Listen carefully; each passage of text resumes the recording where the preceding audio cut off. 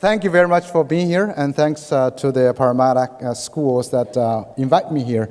I have known Greg for a long time, but he never invited me, and they invited Andy Hargreaves before me. That was kind of an insult, but I'll take that, and I will go back and tell Andy Hargreaves I had one more person in the audience than he did. It's no competition, and. It's been a great day to visit with the school. I'm very impressed with the leadership. They're trying to make big changes and also kind of caught part of the conversation Greg was having with some of the assistant principals. And so it's really nice to be here. Now, I want to start by invite you to think about really a very significant question since all of you are doing this. That is, what makes a great education? Because all of you are working on this every day. What is a great education? You know, I take on Andreas Schleicher because I think the PISA is a wrong measure. I would take on Australia. I think NAPLAN is a bad measure. You know, all those things. The reason I say that is that what captures the essence of qualities and attributes of individuals who might be successful as a person has changed a lot. When Greg introduced me as this professor of the University of Oregon, but growing up in China, and he's really saying that I've always been telling people that I am not a successful professor, but more of a failed peasant. Okay, and you know, if the curriculum, I know Australia has been working on this thing called Australian curriculum, which is trying to capture what's going to make young Australians successful in the future. If we had the Australian curriculum in my village, the core areas of core curriculum in my village was really driving the water buffalo. And I wasn't good at that. The NAPLAN, or the Napa water buffalo, I didn't perform very well. So I'm glad I had an alternative to get out of this whole thing. I think the big issue right now today, in the age of globalization, although we live in a very globalized environment, but the idea of self-centric or self-importance still drives a lot of efforts at national level, state level. By the way, I was very impressed by the Australian national anthem. I didn't know you had one, but that was quite impressive. I was impressed because it's one of the few national anthems in the world that's not derived from a battlefield. I mean, you didn't talk about killing anybody. You didn't talk about, defeating anybody. It was quite impressive. But that means you're much more open-minded. But if you could just let more boat people in, that'd be even more open-minded. And now,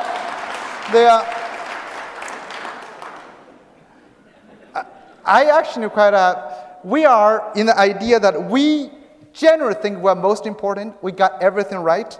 So you would like say, I came from China, so I want to show you this Chinese emperor's view of everybody. I hope you can read it. That's the Chinese view of everybody. Now, this is thousands of years ago of emperor's view. And this is the American view of everybody. So this is American. We're thinking about, we're the land of awesome, and you want to think about what they think of Australians. That's the. So.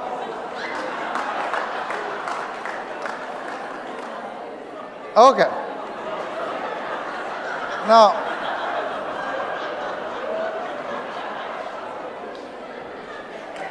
What this means that we all think we are the greatest. Everybody thinks. And where does that greatest derive from? It really comes from education or lack thereof.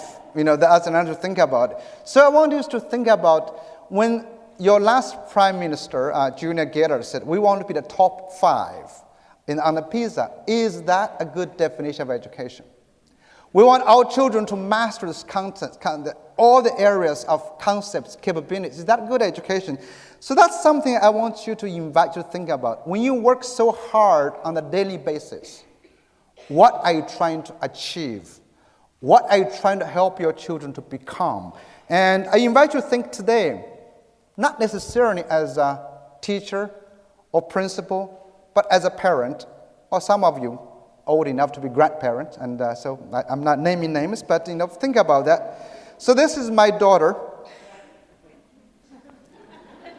and she's going to turn 16 next year, and she's in almost her last year of high school in the U.S. and she skipped a grade. That's required of all Chinese kids. So that's so she's going to graduate soon. She's going to graduate, and I've been wondering about if I have given her a good education.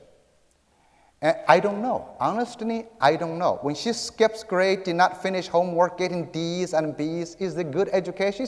I know it's not going to work for Chinese, but I'm American now, so I said, no, that's fine. So how does that work?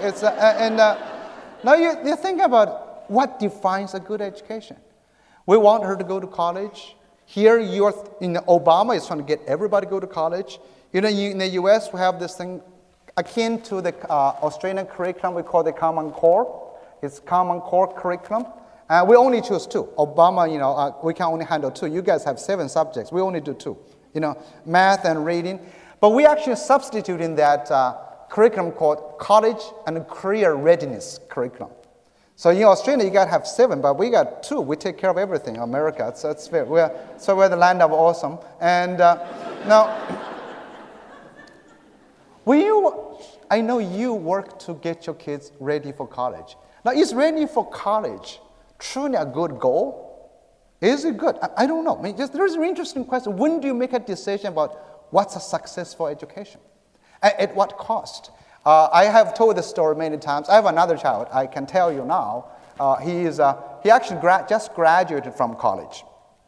And he graduated from one of the most expensive colleges.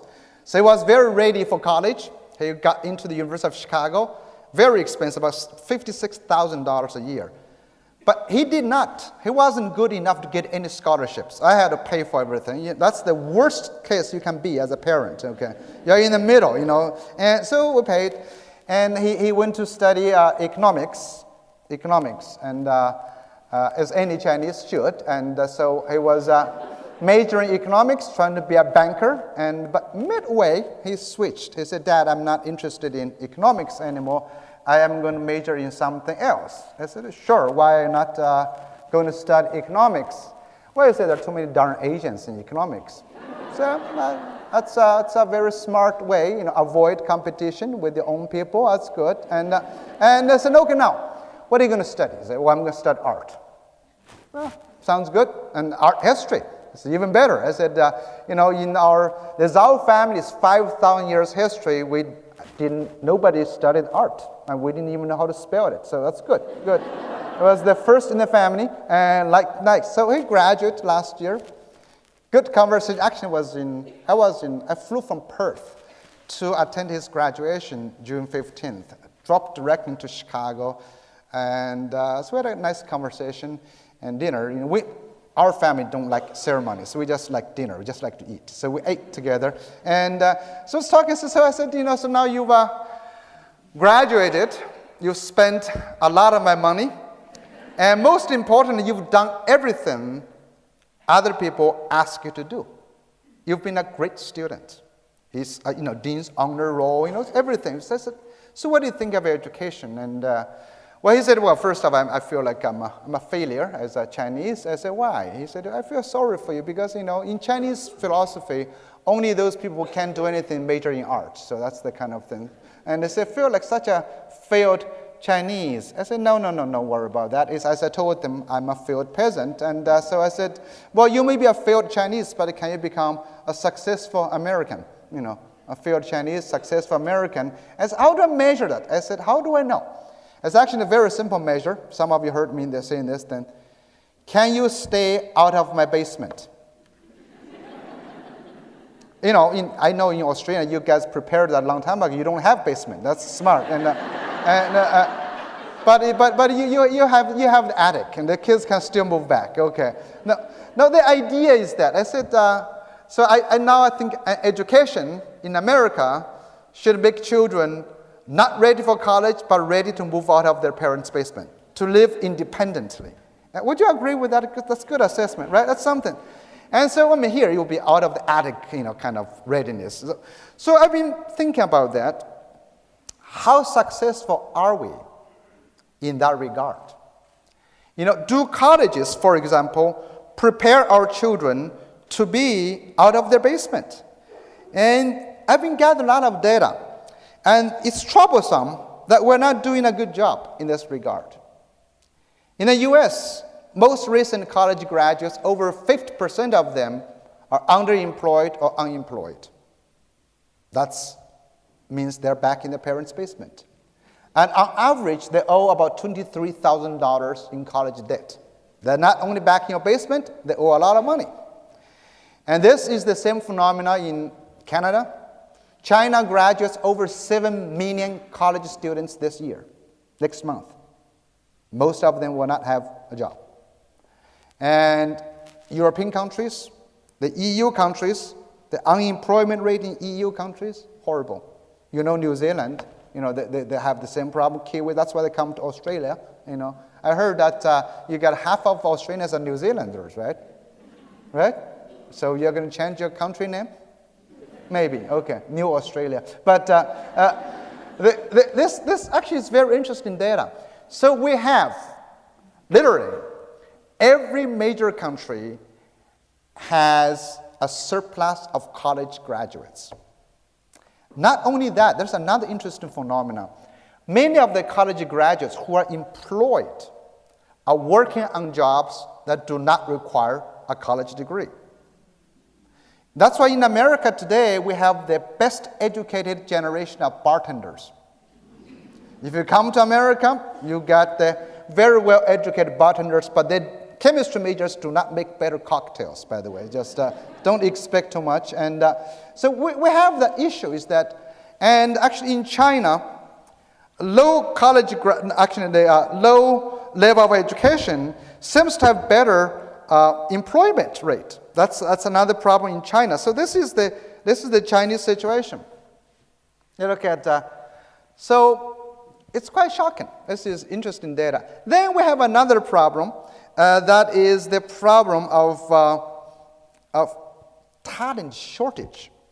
In almost every country right now, this is called 16 of 27 major countries, they found a shortage of talents. That means businesses can't find the right kind of people to work for them. And America has about 10 million jobs unfilled. European Union has about, I think, 2 or 3 million jobs unfilled. And the same thing happens, like in Asia, in China. China was 1.3 billion people, 7 million college graduates every year. But the biggest problem for multinational companies in China is the lack of talent. So we have this interesting paradox. The three kind of what I call the triple package problem. Underemployed college graduates, overeducated college graduates on jobs, but the global talent shortage. So what's the problem? Well, the problem is actually very, very simple. It is we have moved into a society that requires a different kind of talents. But our education remains in the past. That's our problem. Our problem is that we have trying to continue to perfect this educational paradigm, our old education paradigm. This paradigm evolved for the industrial age. It was designed to prepare employees for different time. So this is how the paradigm works. We start by prescribing what future jobs will need or future society might need. Then we call that the curriculum. We used to have a state curriculum, and now we have trying to national curriculum. We prescribe the end results, or we describe it. Talents, knowledge, content. Then we ensure that every school, every class is going to contribute a bit of that. So that's why you have grade level expectations or KPIs. Sometimes you do those things, or you have those. Then you verify that with standardized testing. So that's the whole model. Now this model is called outcome-based or employment-based. That is, we know what people need. We shall instill in you what they need. I want to verify that. Look at this model. We do not really care about individual differences. We know people are different and talented. We don't care about your talents. We don't really care about anything you have, cultural background. We verify. The curriculum serves as a standard to say, if you happen to be good at what I want, or I meaning the authority, you are specially gifted and talented. If you're not, you belong to a special education group. That's euphemism for those who are not really good with our model, right? So this is the interesting model, very much like what I call a sausage making model. You're making sausages. That is, you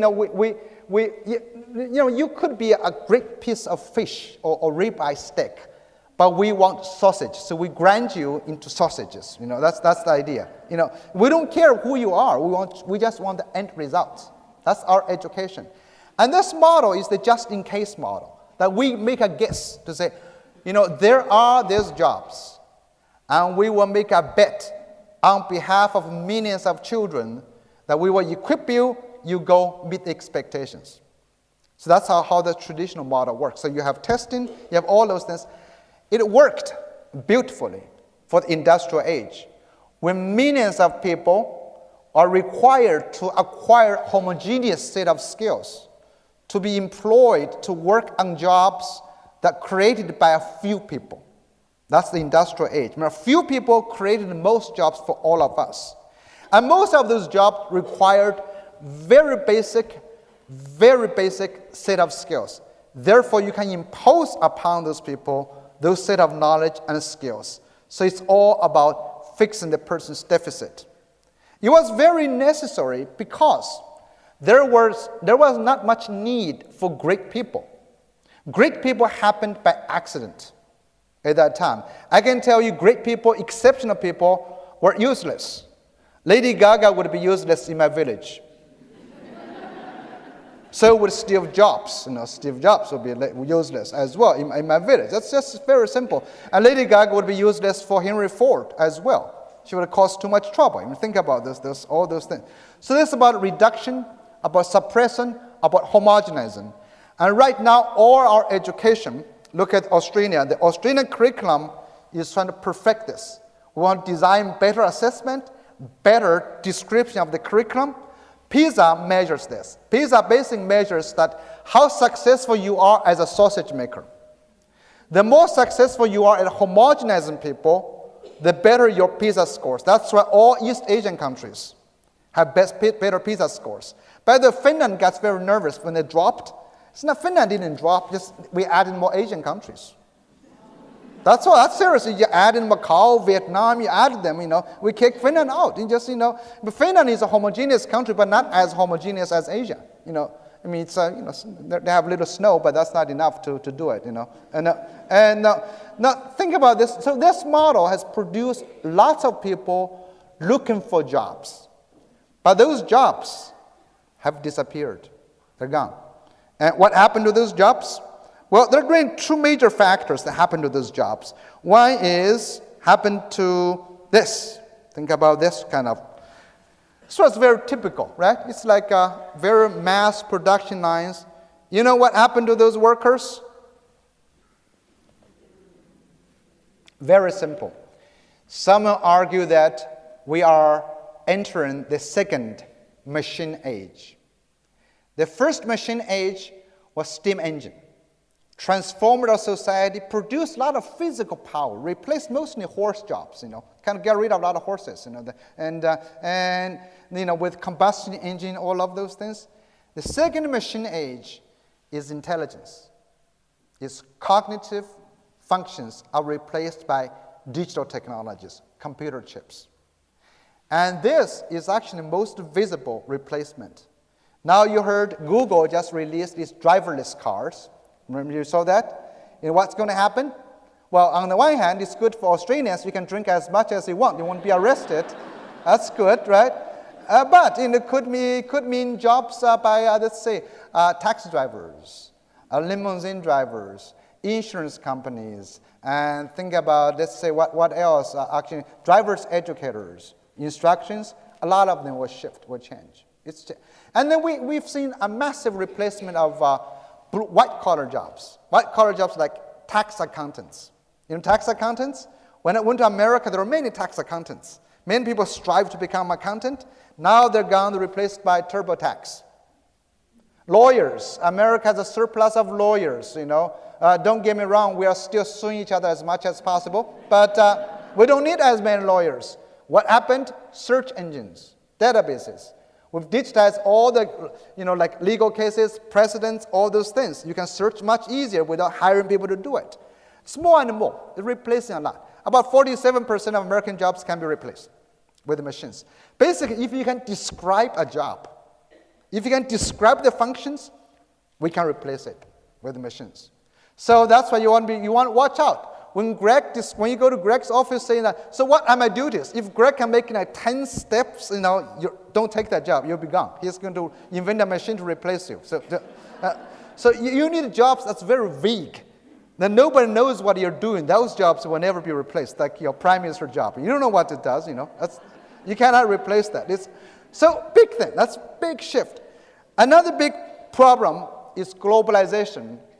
Again, brought over by technology. So we are entered the second machine age and the flat world. In the flat world, what means? Outsourcing, offshoring of jobs. Jobs today can be distributed across the globe. Nobody can have ownership on any one type of jobs. Actually in China, right? China is facing this big problem right now. China, Foxconn, the major Apple producer, iPhone makers, they are importing machines and the offshore jobs. They're shifting to Vietnam, to Cambodia, but they also import robotics to make those things. This is very big, very troublesome. So what kind of jobs will be replaced? Practically most of this stuff. Let me show you this one. This is called substitutable jobs and non-substitute jobs. You won't be able to read all of this, but overall, this summarizes teaching job will not be replaced by machines. They will be transformed, but they will not be replaced. So be happy you are in this profession, okay? But they will be transformed. So now, the result of this has been very, very tragic in many countries, including Australia, this transformation. You've been lucky. I know Australia has been a lucky country for a long time. You have not gone through the same tragic transformation yet. This is America's problem. America today, I bet Australia is going to experience. Canada has already gone through this. So the disappearance of the middle class, basically you can say that since the 1970s, America has a bipolar growth. We have the high-income group growing fast and the low-income growing fast. The middle-income group is disappearing, and the same thing, just showing in a different way. Why is this? Well, because of those two things. Traditional middle-class jobs have been replaced by machines or offshored other places. So America's big challenge is to say, how do we recreate the middle class? Australia's faced the same thing. Education, by the way, we always produce the middle class. We have nothing to do with high-class people. No one can claim we produce a Steve Jobs.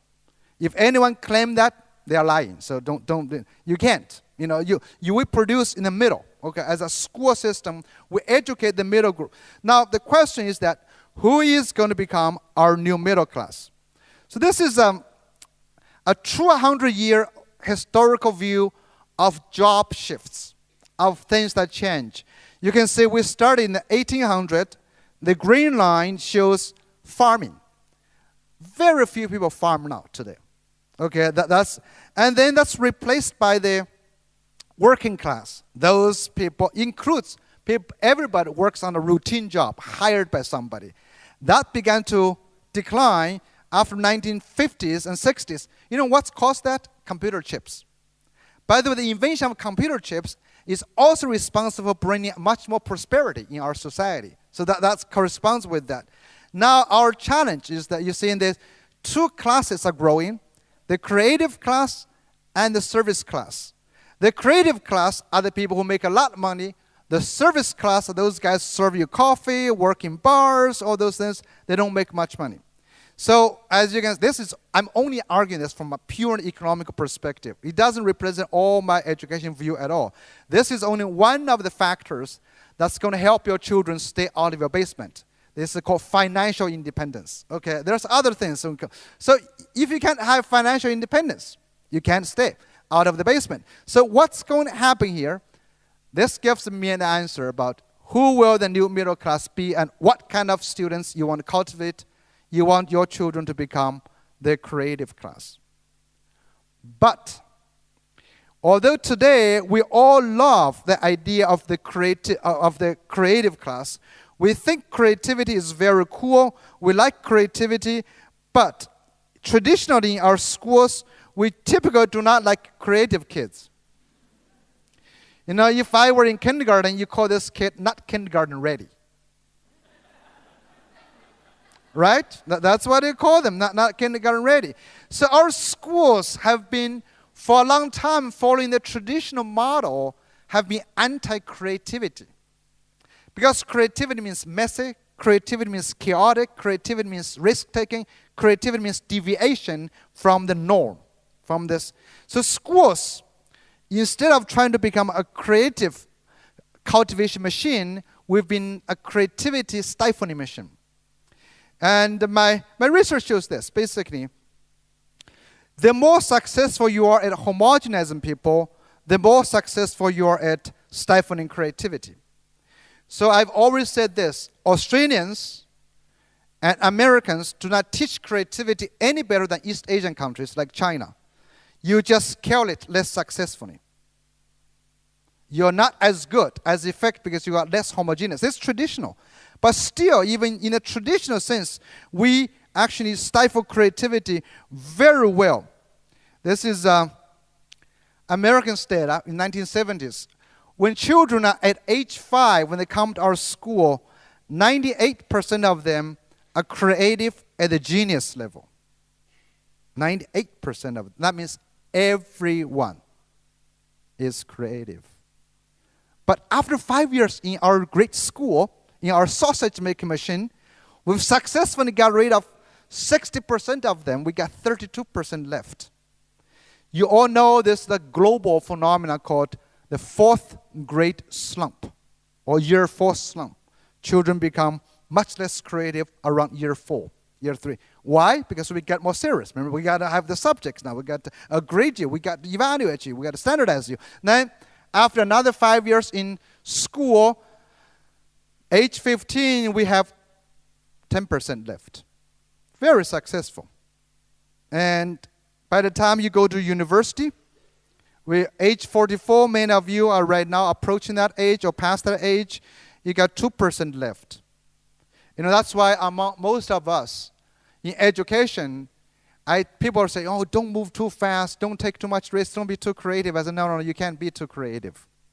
You know, we like to say, he is an out-of-the-box thinker.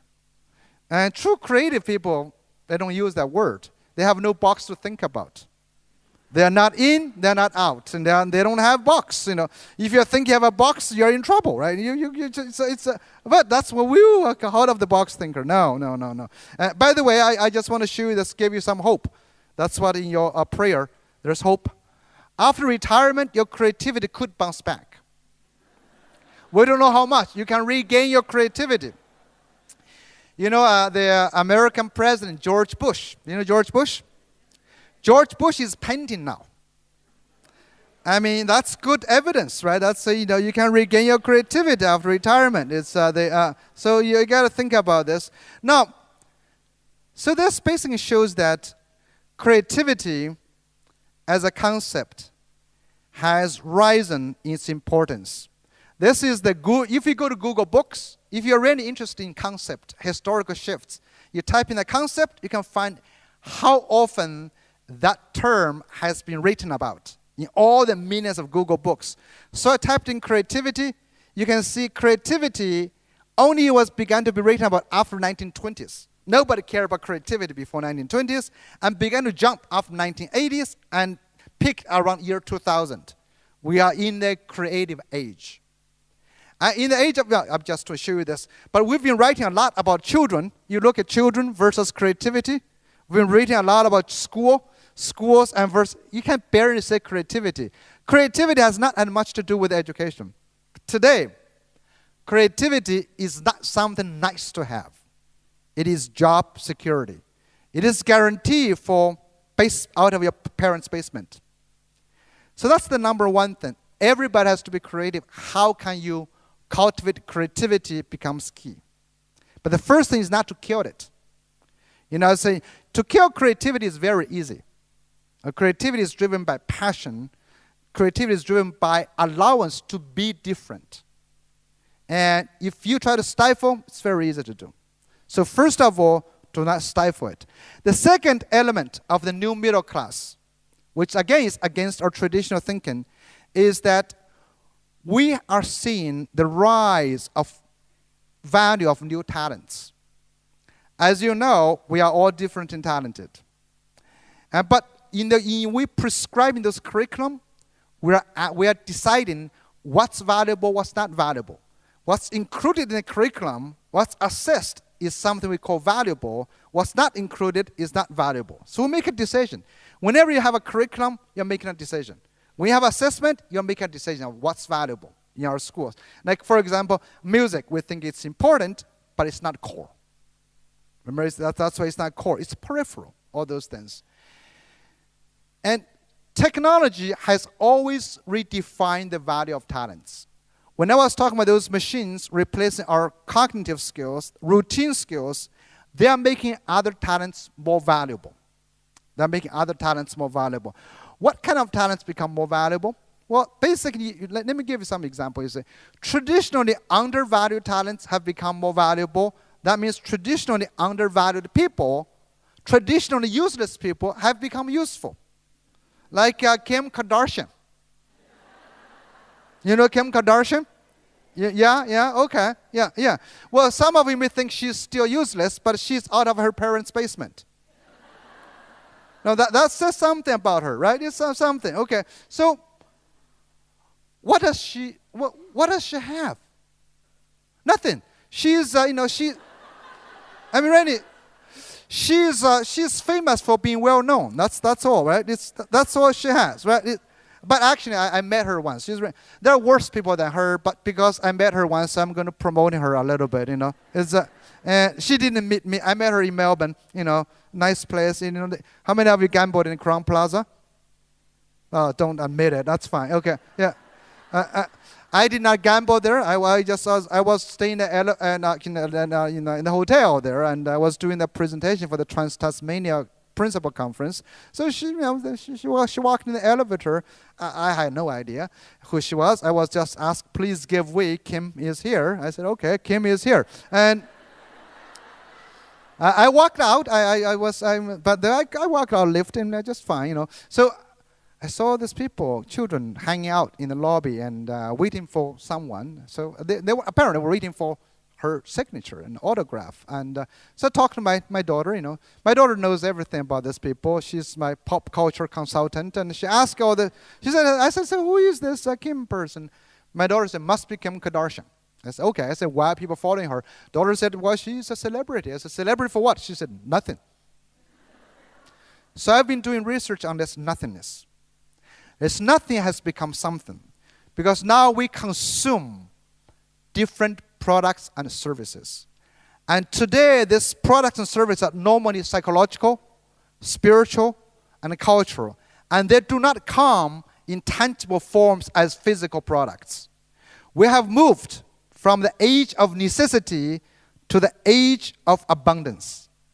In the age of abundance, most of our energy we consume on this nothing product. Okay? In the age of necessity, like in my village, we consume everything that's necessary for survival. Food, shelter, and clothing. Today, we're not. You know what we consume today? The product that's most consumed by most of us is choice. Do you know how much choice we consume? By the way, I got to tell you the story about choice. I went to America in the 1990s. I went to this grocery store, landed in that kind of Oregon, and I could not buy shampoo. Wash my hair. because I did not know what kind of hair I had. I couldn't know. I normal, oily, dry. I had to go get a hair consultant for that work. And then I began to study. I said, this is strange. I mean, when I was in China, I had a bar of soap for every part of my body. It was fine. And then in the US, now if you go to any store, everything has hundreds of choices. Some of you ladies here, I know you guys, you wash your right ear, use a different bar of soap, another different soap, and from left ear. Why do you need this choice? We just like it, right? So whoever can create choice becomes really valuable. Now let's take another example. Food. Even food is generally considered a necessity, but not in developed countries anymore. In developed countries, in Australia, you do not consume food as a necessity. You consume it as a psychological product. If you go to Ulumulu, you go to that place right there, the more expensive the restaurant, the more money it costs, the less food you get. And we are creating zero-calorie drinks. What's the purpose of those things? You guys know, I was shocked by all those things. What are you consuming? You're consuming the decor, the ideas. You're consuming food as art. Choice.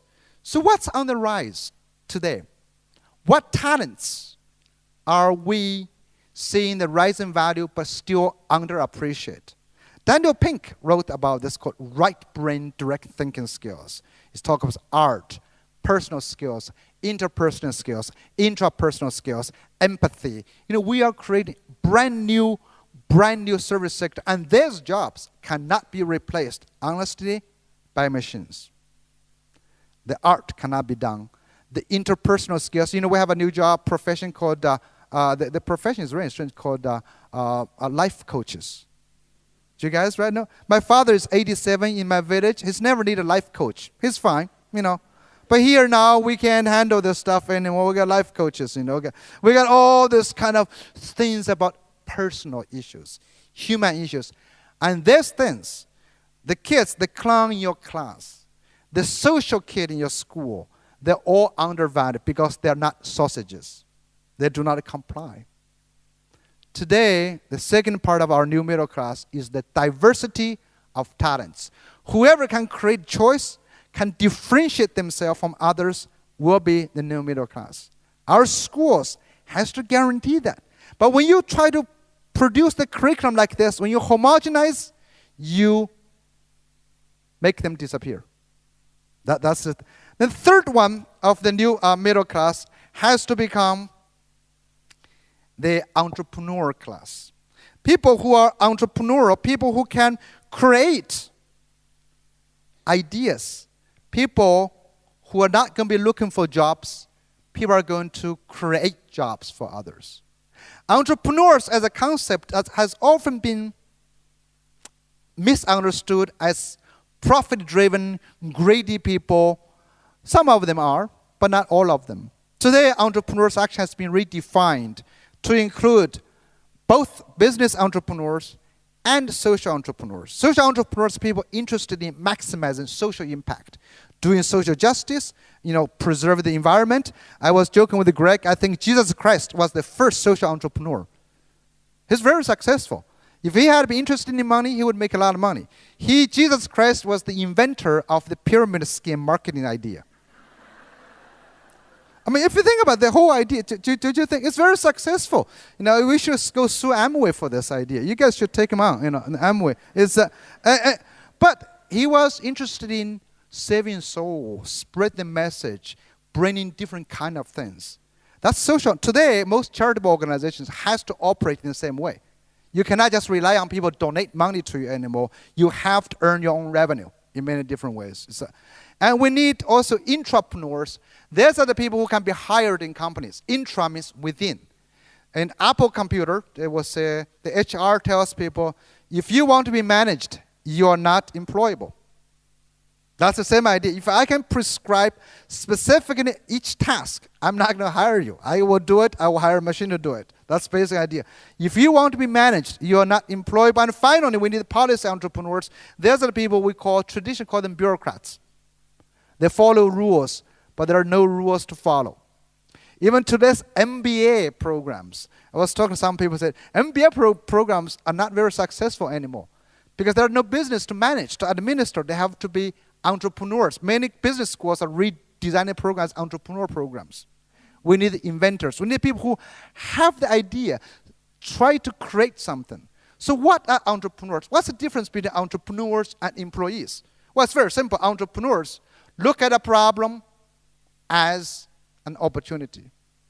Entrepreneurs ask big questions. Employees try to solve them. I was in Singapore recently. I was chatting with the minister and also a group of 2,000 or 3,000 teachers in Singapore. You know, Singapore just came out as #1 in problem solving on the PISA. #1, Singapore is better than Shanghai's #7. I said, you know, you may be good at solving problems, but are you good at finding problems that's worth solving? That's much more challenging. If I can define the problem, you can easily solve it. But asking the question, raise the problem, identify something, is challenging. To say, is it worth solving? Identify needs. So also entrepreneur has resilience. Entrepreneur says things through. Entrepreneurs come up with solutions. And entrepreneurs have to have the following qualities. Entrepreneurs are both made and born. They have to be confident. They have to take the risk. They have to find unique talents. And they have to have creativity. So creative, unique talent, and entrepreneur qualities. These are some people called the non-cognitive skills or non-academic skills. You can have many terms for all of this. So all of this comes down to some very interesting challenge to all of us. But I want to show you something before I move on to summarize this thing, is that we have to keep in mind another educational phenomenon. It's called side effects. Because today, a lot of our government officials often trying to say, well, you can have the basics and the creativity. You can have the confidence and test scores. You can have everything. So we're very ambitious in that. But there's an English saying, you cannot eat your cake and have it. Do you remember that? So there are costs associated with this. As educators, you want to keep thinking about this.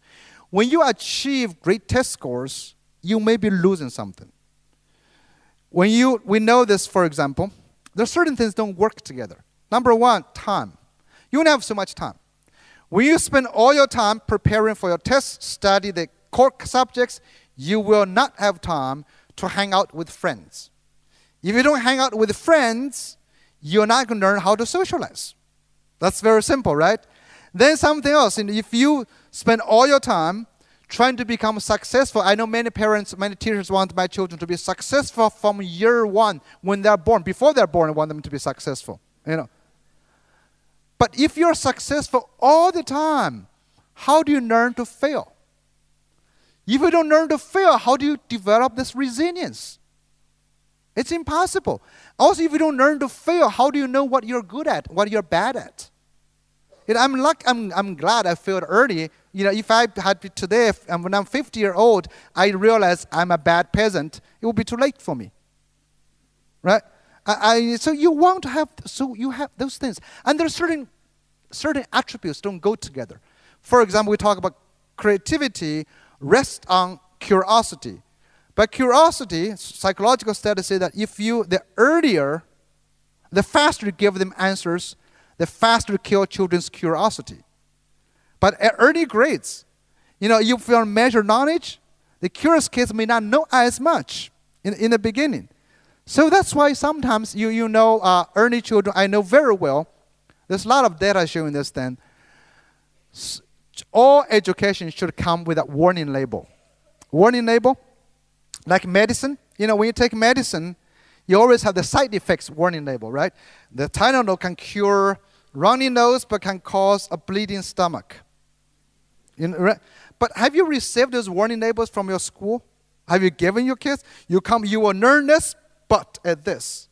Your NAPLAN scores may rise, but your children may hate school. Have you seen those?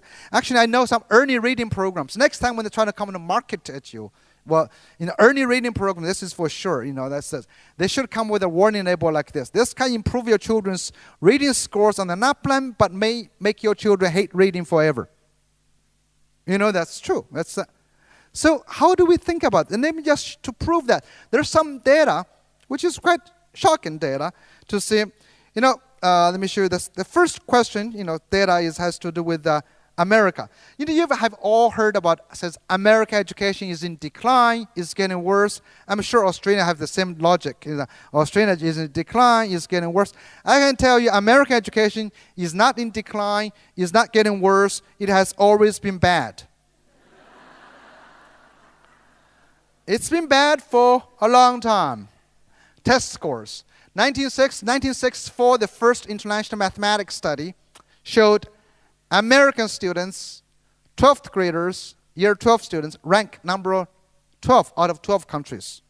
I think Australia was number 10, something like that. You were not doing great, so don't laugh at us. But yeah. And after that, we have 1970s, 1990s. We have always been bad for a long time. Okay. But America, funny thing is that America is doing great.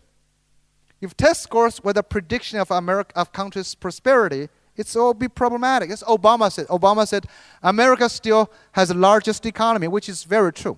This, what he says, is true. They're facts. They're factual. Well, more factual than some of his other facts. But this is quite interesting to think about. Now, so the big question for you to ponder is, why is America still here?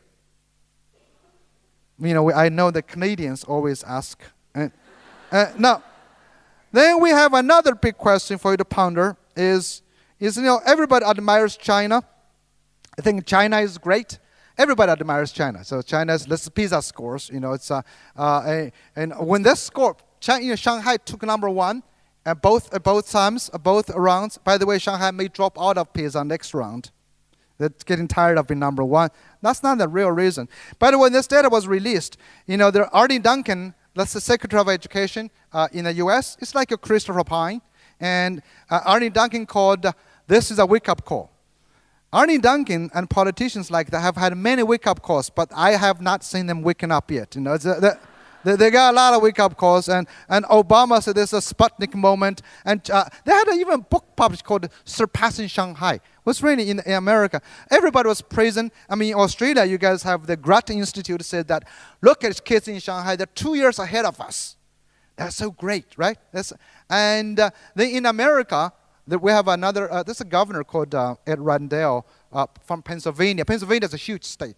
Okay, the governor's two-term governor, and he was very upset when the Philadelphia Eagles, that's the football team, like your Australian football, rural football stuff. I never watched it, but something like that. So the team was canceled. The game was canceled due to a snowstorm. So you think, how does this anything to do with China's test scores?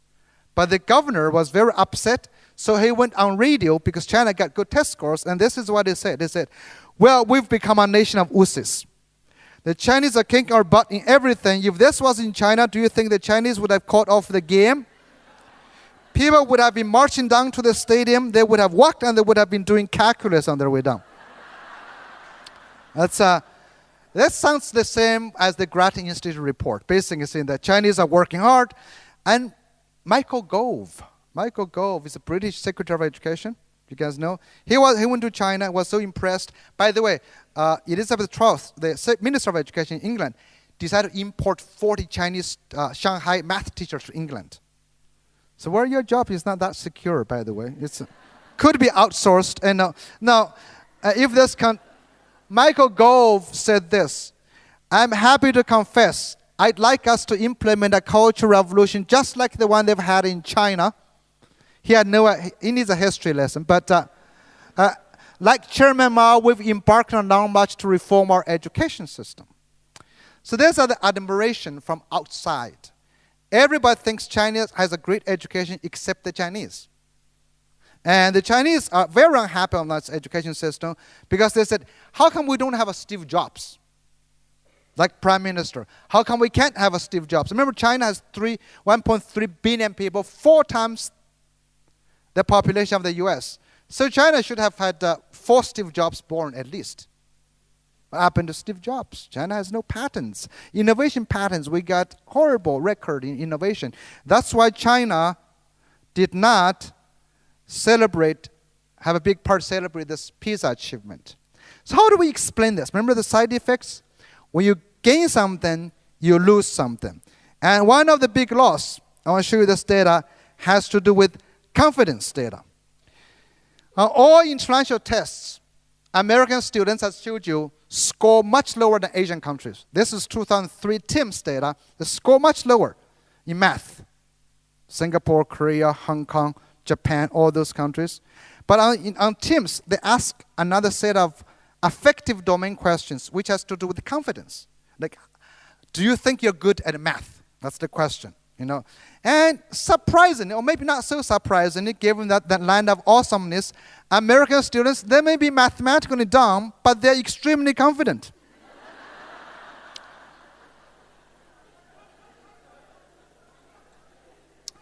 They out-confident everybody.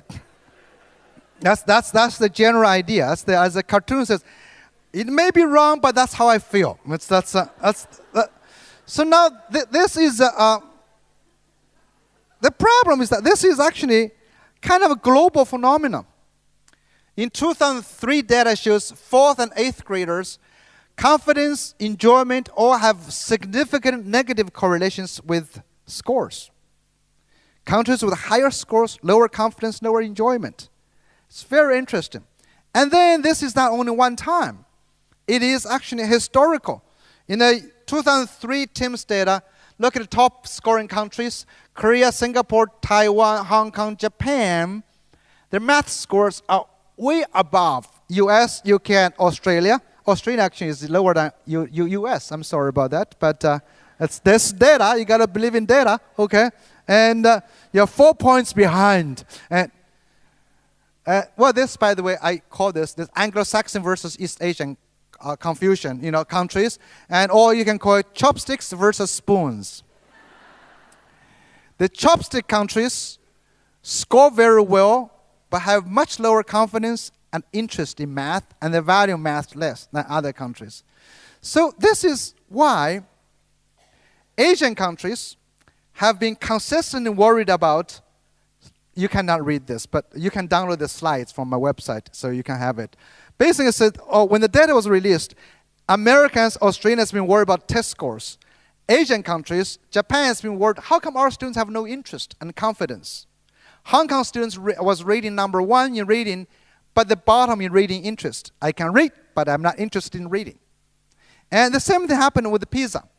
PISA scores, Finland was number 1 at once, you know, in the science, but Finnish students have no interest in science. Actually, they're saying this is dangerous for us. If you have no interest, you have no way to become scientist. Remember, all of them talk about this thing. So I'd rather, you know, have someone confident, interested in something you can learn later on, than someone who don't even believe they have that. So this reflects in entrepreneurship. You know, countries like PISA countries. This is PISA. The red line indicates the PISA scores in math. The blue line indicates the confidence in entrepreneurship. Do people believe they can start businesses? It's all negative correlation with this. So what does this mean to us? Basically means the old paradigm is not only irrelevant, it's actually harmful for the new model. It stifles diversity, it squashes creativity, reduces confidence. Most of our children are disengaged from learning because they're irrelevant. But today's job requires creative, entrepreneurial, and unique talents. And the traditional way hurts that. The more we try to fix the traditional past in the name of make our system better, the more we're moving farther away from where we need to go. So the national curriculum, national assessment, they look very nice. Looks like we are responsible to our people. We want to make them to be great, to overcompete with China, to outscore those things. Those goals are not worth pursuing. That's only measures how you can homogenize people. And if you pursue the wrong goal, you can cause massive problems. The wrong goal we pursue is very much like, I'm trying to look for something cool to show you. I always have cool stuff. If I can't find it, don't worry about it. It's okay. So I was thinking about the, I found it.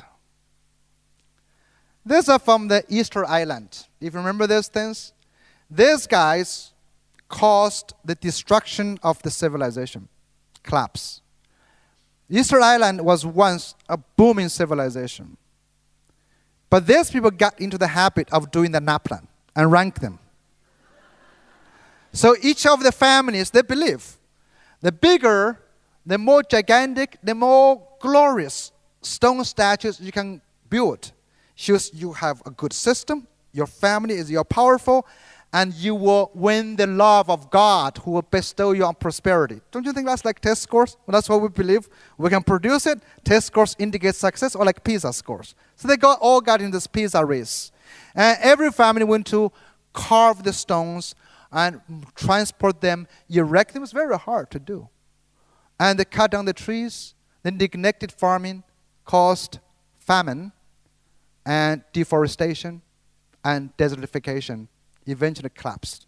If you choose the wrong goal, is the PISA the right goal, NAPLAN right goal? I hope we're not. So what we need to do to change our education is, first of all, stop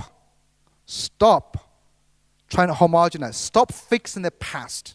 Stop trying to find out the best curriculum for every child. Every child should have their own curriculum. That's what we need. So we need a new paradigm of education, which is like this, what I call education is about enhancing human talent. It's about supporting children's passion. Education is to enhance children's strength, not fix their deficit. And to do so, we need a 3 kind of prompt action in our schools. This is what we need. We need, number 1, we need to personalize our students' education. With the resources we have today in developed countries, we have the capacity to personalize education experience for every child. Instead of arguing what to include in a school curriculum, trying to work on how do we supply a personal experience for every child that supports them and help them discover what they can be good or they can be bad at. Number 2, all teaching has changed from just in case to just in time. Children have to find meaning in their own life. And doing homework is not very meaningful for most kids. A real meaning. So I advocate product-oriented learning. It's more than project-based learning. Project-based learning have been misused. Product-oriented learning means that children are actually engaged in serving other people's needs. I think that's the Catholic Church spirit, right? I hope so. We serve other people. The best entrepreneur is trying to realize his or her own value by helping others. Our children can do today with technology, with the help, can survive, can develop the skills by helping others. They need to find the value. First graders can do this. And then we need to interact in a globalized campus. Our schools, our student learning do not have to be confined with the 4 walls of your classroom. We can learn globally. And our children need to interact globally with others. And our value, children's value, will not be realized only locally, has to be realized globally. That's why we need to become global entrepreneurs. So to get our kids to become successful, what you really need to do is to think about how do we try to build a different set of education.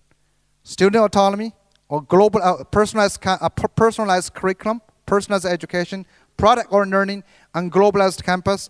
And I have been doing a lot of this work there. And one of the projects we're doing is through OBA World, allows children to create content for each other. allow schools to share across different places. Like you have 80 schools, 80 schools.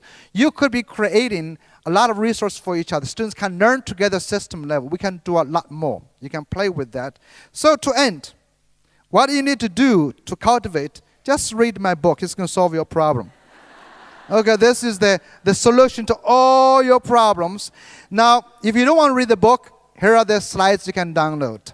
So, support individual passion, celebrate diversity, look at difference as asset, engage children to become great in their own way. Will keep them out of your basement. Thank you. Thank you.